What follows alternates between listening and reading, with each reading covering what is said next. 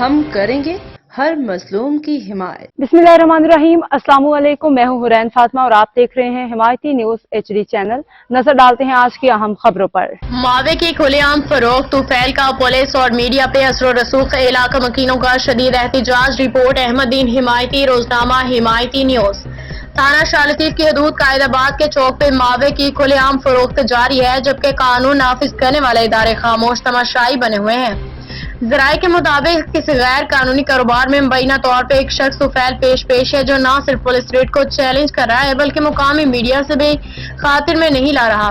Anne Shahidin का कहना है कि तुफैल खुलेआम मावा फरोख्त कर रहा है। इसका दावा है कि वो पुलिस और मीडिया को तगड़ी रकम देके अपना कारोबार चला रहा है।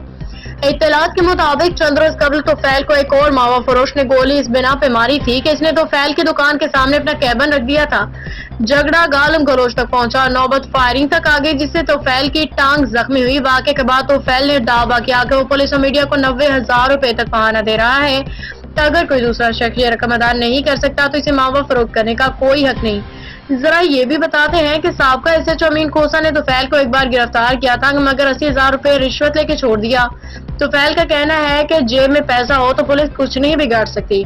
इलाका मकीनों मुअज़्ज़िज़ीन ने सूरत हाल पे शदीद एहतजाज करते हुए SSP मलिक काशिफ अब्बासी, मौजूदा SHO शाह लतीफ सदरुद्दीन मेरानी से फौरी कार्रवाई का मुतालबा किया। उनका कहना था कि अगर मावे की फरोख्त फौरी तौर पे बंद ना की गई तो वो नेशनल हाईवे को बंद करने पे मजबूर हो जाएंगे।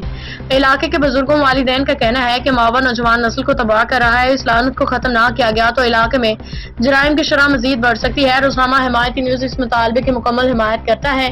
मावे जैसे मुज़र सेहत नशे के खुलेआम फरोख्त के खिलाफ फौरी मौसर कार्रवाई की जाए। अब तक के लिए इतना ही। मजीद खबरों और अपडेट्स के लिए देखते रहें हिमायती न्यूज HD चैनल।